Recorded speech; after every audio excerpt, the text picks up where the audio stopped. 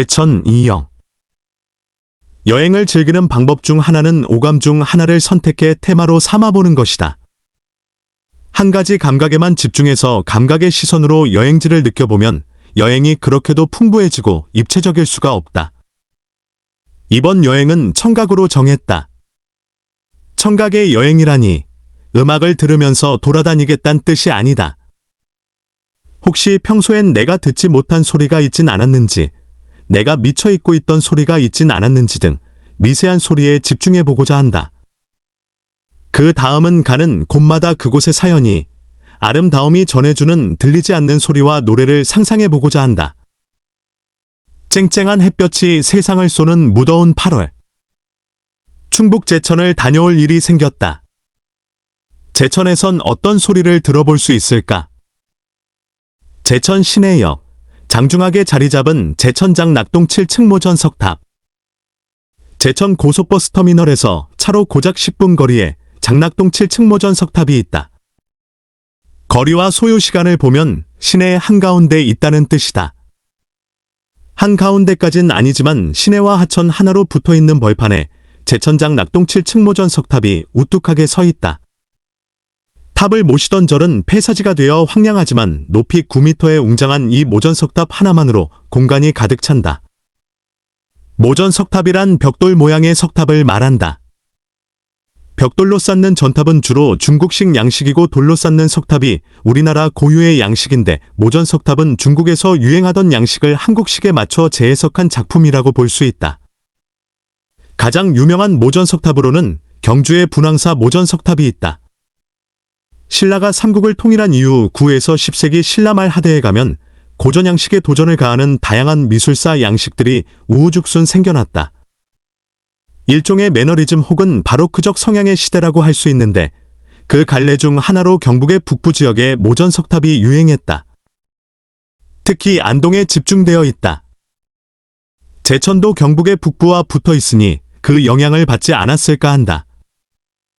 아니나 다를까 제천의 장낙동 7층 모전 석탑은 10세기경으로 추정하고 있단다. 모전 석탑들은 하나같이 장중한 것이 그 멋이다. 호서의 의림지. 어쩌면 제천에 오면 가장 많이 들르는 곳이 의림지일지도 모른다.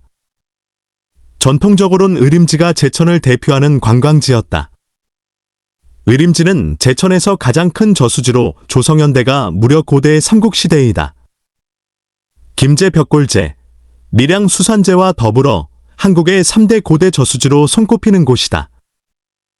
규모가 크다 보니 저수지를 둘러싸고 있는 여러 수풀과 조화를 이루어 자연 친화적인 경관을 만들고 산책하기 좋은 코스가 생겨 역사적으로 많은 사람들이 의림지를 찾았다고 한다.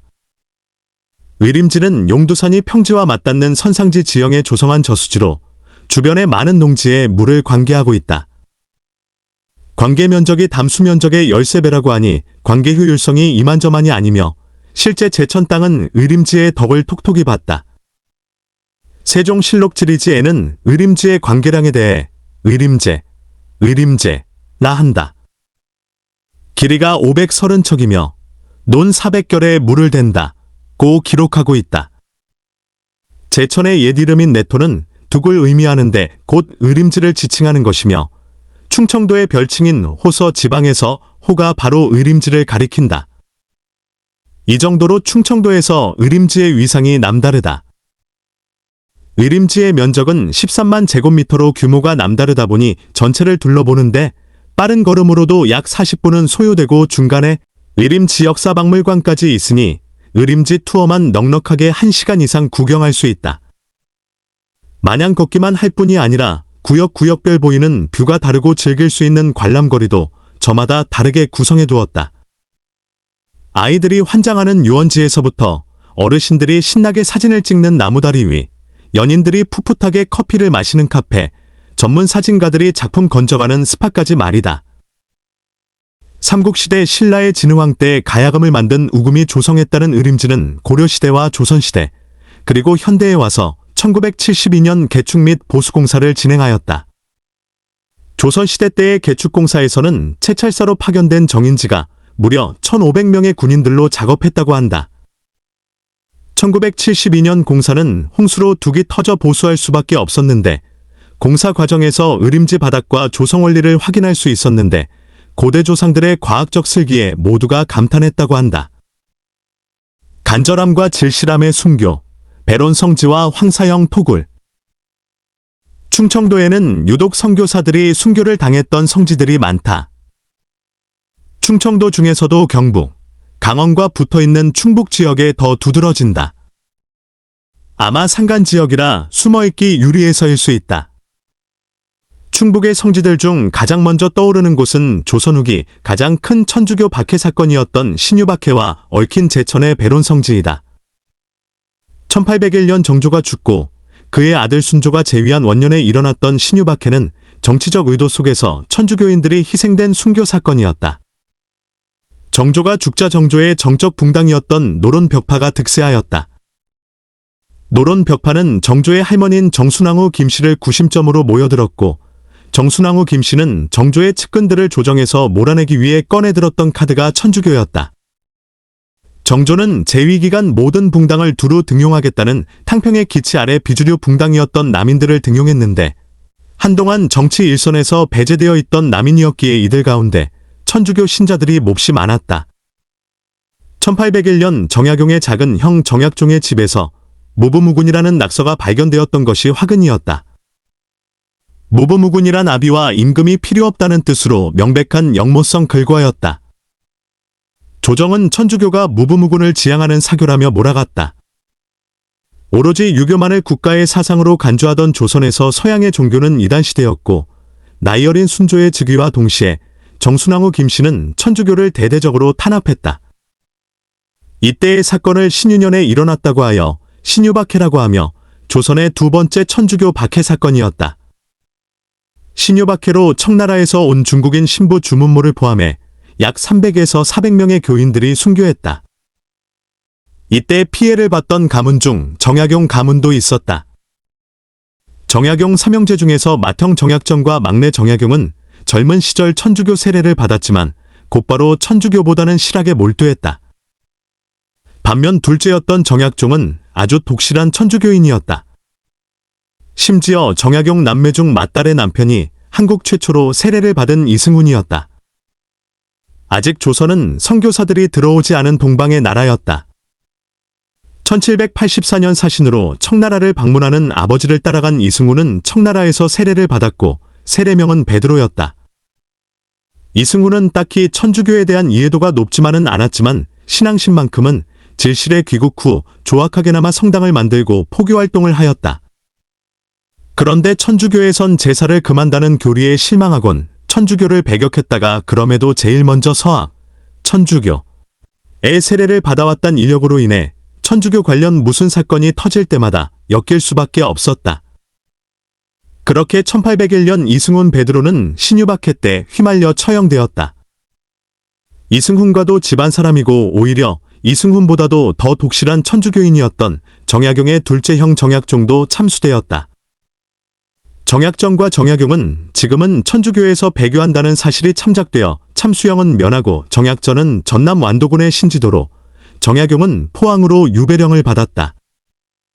신유박해로 인해 대대적인 천주교 수색 작업이 있자 많은 천주교인들이 탄압을 피해 몸을 숨겼다. 그중 한 곳이 제천의 배론이었다.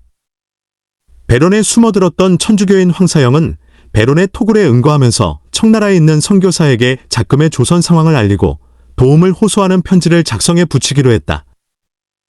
이 편지의 내용이 선을 넘었는데 본인들을 구하고 조선을 천주교의 국가로 만들기 위해 어서 빨리 서양의 외국 군대가 들어와 조선을 공격해달라는 것이었다. 이 편지는 청나라로 가지 못하고 적발되었다. 황사형의 죄는 영모죄가 가중되어 사지가 찢기는 거열형으로 사망했다. 이 사건이 황사형 백서 사건이다. 문제는 황사형이 정약전 정약용 형제의 조카 사위였다. 정약전, 정약용 형제도 죄가 가중되어 정약전은 신안군의 흑산도로, 정약용은 전남 강진으로 입에되었다. 신유박해와 황사형 백서 사건이 영화 자산어보의 배경이 되는 사건이다. 정약전은 흑산도에 있으면서 한국 최초의 해산물 백과사전 자산어 모를 집필했고, 정약용은 18년간 강진에 유배 생활을 하며 목민심서, 경세육 등 수많은 저작물들을 남겼다. 황사영 백서. 황사영의 백서는 내용을 떠나 소름이 끼칠 정도다. 조악한 명주천에 잘 보이지도 않은 빼곡한 글씨 무려 1만 3천자를 적어내렸다. 얼마나 할 말이 많았으며 그 심정은 얼마나 절박했을까. 그러나 그 내용에 대해선 동의하기 쉽지가 않다. 군대를 동원해 조선을 침공하고 조선을 외국의 속국으로 삼아달라니. 가슴 속에 신념 하나 각인하고 살아가는 삶은 존중받아야 한다. 그렇지만 모든 종교와 사상은 극단화되었을 때 문제가 발생하는 법이다. 단 하나의 사상만을 강요하는 정부 방침도 옳다고 할 수는 없지만 내 사상을 보호받기 위해 그렇지 않은 사람들의 희생을 감수하라는 건 더 용납될 수 없다. 희생을 묵인할수록 종교와 사상의 정당성은 잃는 법이다. 훗날 많은 이들이 황사영이 숨었다는 배론의 토구를 찾아 헤맸지만 찾지 못했다. 현 배론 성지에 토구를 복원하여 두었다. 황사영의 백서 원본은 지금 로마 교황청에서 보관 중이다. 지금의 배론 성지에는 1856년, 철종 7년에 프랑스 선교사들이 신학교를 세워두었다. 김대건 신부에 이어 우리나라에서 두 번째 사제신부였던 최양업은 조선 곳곳을 돌아다니며 고해 성사를 주도하고 천주교를 포교하였다. 뿐만 아니라 순교자들에 대한 자료 수집에도 열을 올렸다. 충청도 출신인 최양업은 제천의 배론에 있던 신학교를 중심으로 가장 많이 활동했다고 한다. 최양업은 박해받아 사형되진 않았고 몸을 사리지 않고 포교 활동에 매진한 나머지 과로로 1861년 사망하였다. 5년 후 배론의 신학교도 철폐되었다. 최양업의 묘는 배론의 신학교 근처에 두었다. 해방 후부터 최양업의 묘가 있는 곳을 성지로 개발되어 오늘의 배론 성지가 자리 잡았다. 배론 성지 입구에는 2006년 건립된 모던하고 감각적인 형태의 배론 성당이 들어서 있다. 순교와 박해의 흔적을 그대로 복원한 역사를 그대로 품고 있어 모던 건축의 성당 형태와 공간의 비장미가 묘한 느낌을 내게 한다. 울고 넘는 박달재. 이제 자양영당으로 넘어가려고 하는데 가는 길에 박달재가 있다고 해서 차를 타고 경유해서 가보려고 한다. 고개라곤 하지만 해발 고도가 400m가 넘는 만큼 차를 타고 헤매면서 올라갔는데 그저 지나치기만 하려 했지만 그 경관에 홀려 별 수 없이 차에서 내릴 수밖에 없었다. 박달재에는 슬픈 사랑 이야기가 전해져 내려오고 있다. 경상도의 박달도령이 과거를 치르기 위해 한양으로 향했는데 경북에서 수도로 가려면 언제나 충북의 산자락을 건너야 한다. 이곳 제천에 이르러 잠시 머무를 때 마을의 처녀 금봉이와 사랑에 빠졌다고 한다. 두 사람은 미래를 약속하기로 하고 박달도령은 과거 시험을 치러 떠났다. 하지만 박달도령은 과거에 낙방했고 좌절하며 방황하던 사이 박달도령이 떠나갔다고 착각한 금봉처녀가 박달도령을 그리워하며 이곳 고개에서 떨어져 죽었다고 한다. 뒤늦게 도착한 박달도령은 금봉이를 그리워하다 금봉이의 환상을 만났는데 환상을 향해 뛰어다니다 그만 낭떠러지에서 떨어져 버렸다. 이 설화를 소재로 만들어진 노래가 1948년 발표된 울고 넘는 박달재이다. 반영월 작사, 김교성 작곡의 노래로 이미 대중음악계에서 널리 알려진 음악인들이 작사 작곡을 했으며 노래를 부른 박재홍은 이 노래로 일약 스타덤이 되었다. 작사를 맡은 반야월이 제천에서 헤어진 남녀 커플을 보고 박달재 설화를 떠올리며 이 노래를 만들었다고 한다. 박달재 휴게소에서 이 노래가 구슬프게 흘러나오고 있다. 천등산 박달재를 울고 넘는 우리니마. 무랑나 저고리가 구준비에 젖는구려. 왕검이 집을 짓는 고개마다 구비마다. 울었소 소리쳤소 이 가슴이 터지도록. 부엉이 오는 산골 나를 두고 가는 니마. 돌아올 기약이나 성왕님께 빌고 가소. 도토리묵을 싸서 허리춤에 달아주며 한사코 우는구나 박달재의 금봉이야. 박달재 하늘고개 울고 넘는 눈물고개. 돌뿌리 걷어차며 돌아서는 이별길아. 도라지 꽃이 피는 고개마다 굽이마다. 금봉아 불러본다 산울림만 외롭구나. 박재홍 울고 넘는 박달재. 전망대라고 해서 겁이 났지만 5분도 안 되어 걸으면 전망 좋은 지점에서 박달재를 조망할 수 있다. 오전엔 날이 다소 흐렸는데 박달재에 오니 날이 맑아진다. 다음 여행지로 기분 좋게 넘어갈 수 있겠다. 박달 도령아, 금봉 처녀야, 어디서든 같이 있으면서 어떤 고개든 웃으면서 넘길 바라. 나도 즐겁게 이 고개를 넘을게. 의병의 혼이 담긴 자양영당. 자양영당은 주자, 송시열, 이학노, 유중교, 유인석, 이소홍 등 6분을 모시는 사당이다.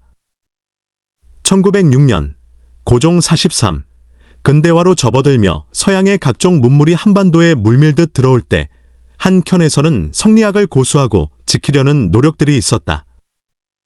이런 일환으로 유림들이 성리학의 기강을 바로 세우고자 설립했던 사당이 자양영당이고, 처음 건립됐을 때만 해도 주자, 송시열, 이학노, 유중교 네 사람만을 모셨다. 주자야 성리학을 집대성한 장본인이고, 송시열은 조선 후기 성리학의 대들보였으며, 이학노와 유중교는 이제 막 조선이 개항기로 접어드는 시점의 유생들을 대변하여 위정척사의 기치를 내걸었던 성리학자들이었다. 해방 이후 자양영당에 두 사람 유인석과 이소홍 두 사람이 추가되었다.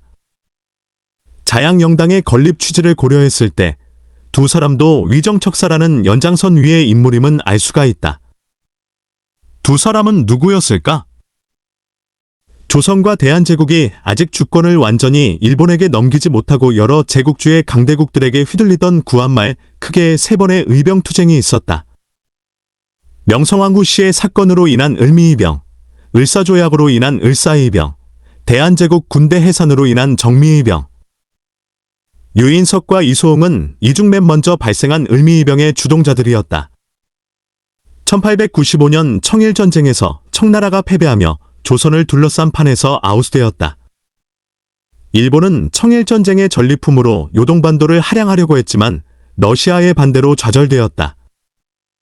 과격한 반일주의자였던 명성황후는 청나라의 힘을 기대할 수 없는 상황에서 러시아를 이용하기 위해 러시아에게 접근하려다 일본에게 적발되고 말았다. 일본은 낭인들을 고용해 경복궁 안으로 침투시켰고, 궁궐 내에서도 도움을 주던 조선인들이 있었다. 명성황후를 시해했다. 이른바 을미사변이라고, 한나라의 국무가 낭인들에게 무참히 살해되는 치욕적이고 분기탱철할 만한 일이었다.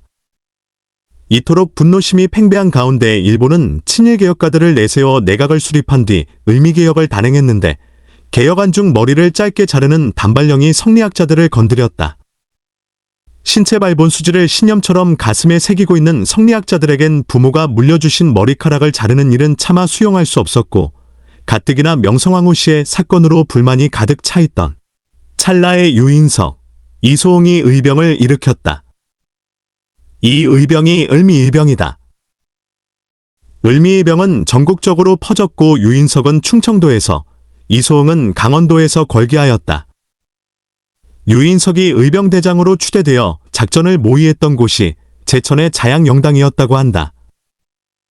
을미의병 중에서도 유인석이 이끌었던 충청도, 제천 방면의 의병부대를 호좌이진이라고 불렀는데, 호좌이진은 자양영당을 기점으로 충주까지 진격하는 등 주요 관할을 습격해 점거하고 단발을 한 사람 내지 일본인 관리들을 살해했다.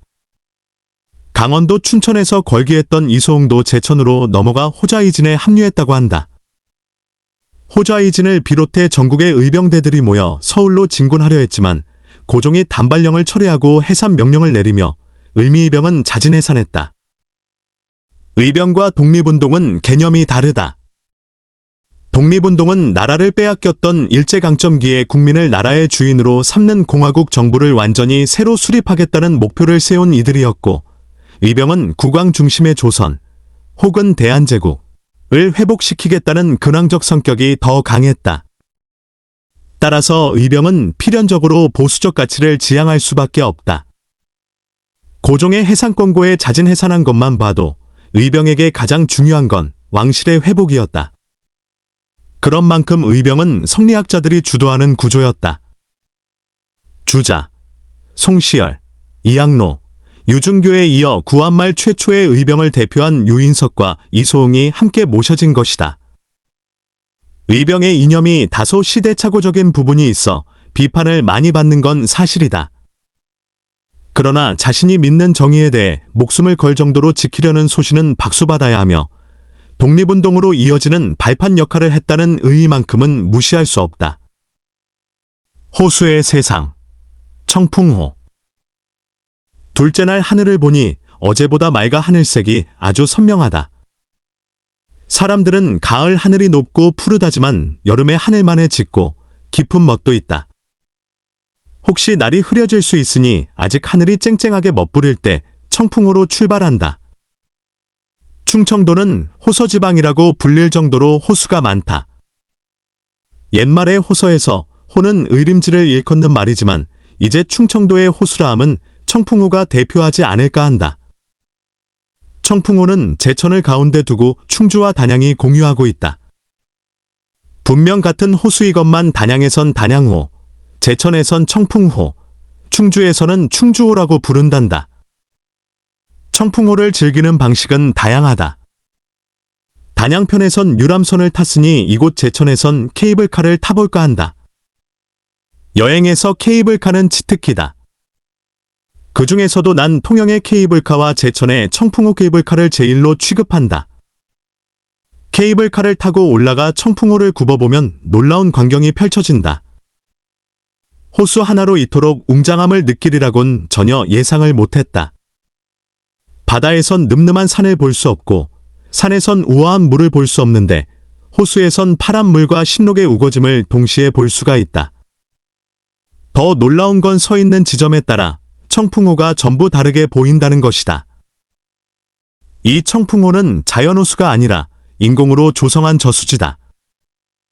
1978년 공사를 시작해 1985년 완공한 충주댐의 저수지로 전국 15개의 다목적 댐 가운데 소양강댐에 이어 우리나라에서 두 번째로 많은 저수량을 가지고 있다. 댐으로 만든 인공호수는 길이가 무려 65km에 달하는 국내 최대 규모의 인공호수다. 이 정도 크기만큼의 마을이 수몰되었다는 뜻이다. 이토록 아름답고 청명한 호수이건만 저 깊은 수위의 물 아래에는 수몰된 마을들이 잠겨 있다. 넓은 면적의 마을들이 수몰되면서 유물들을 빼내야만 했고 새로운 곳으로 이전해 모아두어야 했다. 충주, 제천, 단양에선 각 관할권 내의 유물들을 따로 관리하고 있다. 제천에서는 청풍호문화재단지를 조성해 유물들을 옮겨 모아놨다. 청풍문화재단지 안에는 수몰지에 있던 43점의 문화재와 4채의 전통민가, 그리고 생활유품 1600점을 모아둔 역사공원이다. 케이블카만큼 높은 곳에 있진 않지만 둔덕 위에 공원이 있어서 케이블카에서 보이는 경관과는 또 다르게 한층 낮아진 풍경을 감상할 수 있다. 한때 청풍부로 진입하는 정문 파령로를 지나 공원을 전체 다 도는데 적지 않은 시간이 소요된다. 파령로. 파령로로 들어와서 왼쪽으로 더 걷다 보면 한병루가 있다. 제천 청풍의 한병루는 진주의 촉성루, 밀양의 영남로와 더불어 한국의 3대 정자로 손꼽히고 있다. 3대 정자라는 타이틀에 걸맞게 일반적인 정자보다 큼지막하면서도 우아하다. 조선시대에도 여러 문인들이 청풍의 한병루를 찾고 저마다의 소회를 적은연판을 남기었다. 본디 정자란 정자 자체보다 정자에서 보이는 경치가 더 중요한 법이건을 한병루는 건축적으로도 이곳에서 보이는 경치 못지않다. 물론 한병루의 원래 위치는 이 자리가 아니었다. 이젠 조선시대 문인들이 즐겼던 경치를 볼 수 없지만 지금은 우리 선조 문인들이 보지 못한 충주호를 감상할 수 없으니 시대에 따라 문화재와 예술을 즐기는 방식이 바뀌었을 뿐이라고 긍정적으로 생각해본다. 제가 갔을 땐 공사 중이었습니다. 오. 제천국제의 망령화제 JMFF. 제천에서는 매년 8월 중순 제천국제의 망령화제를 개최한다. 국내 특정 테마로 한 영화제로는 여성영화제, 환경영화제와 함께 독특한 컨셉을 유지하는 영화제다. 2005년 시작하여 메가박스 제천, CGV 제천에서 영화를 상영하고 의림지와 청풍호에서 콘서트 및 부대 행사를 진행한다. 참여 관객들과 자원봉사자들의 만족도가 매우 높으며 음악과 영화의 결합이라는 흥과 오락의 끝을 즐길 수 있는 곳이다. 가수들의 라인업도 국내 영화제 중에서 가장 화려하며 여러 국가들의 다양한 음악 장르의 영화를 감상할 수 있는 국내 독보적인 영화제라고 할 수 있다. 음악영화 아카데미와 제작 지원을 통해 영화 생태계에도 일조하고 있으며 원스 싫어요 서칭포 슈가맨 싫어요 프랭크 등의 음악영화들을 처음으로 선보이기도 했다. 제천 여행의 시기를 꼭 8월로 잡는 이유가 바로 제천국제음악영화제 때문이다. 영화제 특유의 페스티벌 분위기 속에서 경쾌한 여행의 음악이 비트에 맞춰 박동해주니까. 여행에서 만나는 공백을 상상으로 채우는 일은 언제나 재미있다. 제천에서 다양한 들리지 않은 소리를 들을 수 있다. 의림지, 청풍호, 제임프에서는 즐겁고 경쾌한 축제의 소리를 들었다면 박달재, 배론성지, 자양영당에선 한 맺힌 소리를 들었다. 더 세분화한다면 세분화할 수도 있다. 의림지에선 소소한 바람에 가벼운 수풀들이 서로 부딪히거나 호수의 잔잔한 울림의 미세한 소리를 들었고 청풍호에선 호방하고 탁 트인 호연지기의 소리를, 제임퍼프에선 음악과 영화가 하나가 된 예술의 소리를 들었다. 박달재에선 사무친 사랑의 노래가, 배론성지에선 간곡한 순교의 절규가, 자양영당에선 나라를 지키기 위한 뜨거운 의 함성을 들었고 말이다. 평범한 여행지를 그냥 지나칠 수도 있지만 그곳의 소리를 들어보려고 노력해본다면 분명히 들리는 무언가가 있을 것이다. 소리가 소음으로 들릴지 노래로 들릴지는 듣는 이의 심리에 따라 좌우된다. 같은 곳이라도 사람에 따라 서로 다른 선율을 들을 수도 있다. 들리지 않는 목소리에 귀 기울일 때 여행은 예술이 된다. 여행의 재미를 더 깊이. 여행지와 어울리는 책 추천. 정병설 죽음을 넘어서 순교자 이순희의 옥중편지. 이순희는 1801년 신유박해 시절 순교한 양반 가문 출신의 여인입니다. 서울에서 태어나 전주로 시집을 갔는데 천주교를 믿었던 이순희는 신유박해에 휘말려 순교하였죠. 이순희의 남편 유중철과 그 집안도 천주교를 믿었습니다. 가족과 일행이 뿔뿔이 흩어지고 혹독한 고문을 받으면서도 이순희는 집에 계신 어머니가 걱정되어 옥중에서 어머니에게 쓴 편지가 남아 전해집니다. 훗날 서양 선교사들이 저술한 한국 천주교사에서도 중요하게 다뤄지는 이 편지는 신유박해 당시 얼마나 끔찍한 일들이 있었는지를 알게 해주는 눈물의 사서입니다. 대개 조선시대에는 사형수들은 이미 혹독한 고문을 받아서 사형장으로 오기까지 반송장 상태로 실려온다고 합니다. 그러나 이순희는 오직 순교만을 바라며 여자로서 그 힘든 고통을 받으면서도 꼿꼿하게 사형장에 도착해 차라리 죽음을 덤덤하게 받아들였다고 합니다. 죽음을 넘어서 순교사 이순희의 옥중편지는 이순희의 편지를 분석해 조선 후기 사회상과 천주교의 양상을 역사적으로 살펴보면서 이순희 개인의 숭고한 신앙심을 통해 인간상을 탐구해 봅니다. 저자 정병설 교수님은 신학과 교수도 그렇다고 천주교 신자도 아니라고 합니다. 무교인 저도 이 책을 감동적으로 읽은 건 특정 종교를 찬양하는 내용이 아니라 인간의 위대한 믿음, 그리고 깊은 질실함을 감동적으로 다루기 때문입니다. 여행의 재미를 더 깊이. 여행지와 어울리는 영화 추천. 말릭 벤젤룰 감독의 서칭포 슈가맨. 한동안 인기를 끌었던 음악 예능 슈가맨, 제목에 직접적인 영향을 준 음악 다큐멘터리 영화입니다. 일반적인 음악 다큐멘터리 영화는 유명한 음악인의 생애 혹은 예술관을 다루지만 이 다큐멘터리 영화는 조금 독특합니다. 미국에서 소수 음반관 계자들을 제외하곤 대중적으로 전혀 알려지지 않았던 무명 가수 로드리게즈. 그런데 뜻밖의 나라에서 자신도 모르게 엄청난 인기를 끌고 있었습니다. 독재와 인종차별로 상처 가득했던 남아프리카 공화국에서 로드리게즈의 음악이 사랑을 받았고 이미 대스타였던 겁니다. 노래 제목에서 따와 남아공 사람들은 로드리게즈를 슈가맨이라고 불렀습니다. 미국에선 도저히 음악으로 생계를 유지할 수가 없어서 청소 업무를 하며 노숙 생활을 하던 무명 가수 로드리게즈는 남아공에 초청되어 대규모 콘서트를 갖게 됩니다. 하지만 남아공에서 공연 후 로드리게즈는 잠적하는데 이 때문에 남아공 콘서트에서 스스로 목숨을 끊었다는 소문이 퍼졌죠. 로드리게즈가 세상에 나오지 않은 이유가 따로 있었는데 영화를 통해 확인해 보세요. 예술이 아무리 고결해도 인간이 만든 것이고 따라서 인간이 만든 사회로부터 절대 동떨어질 수 없음이 예술의 본질과 운명이 아닐까 합니다.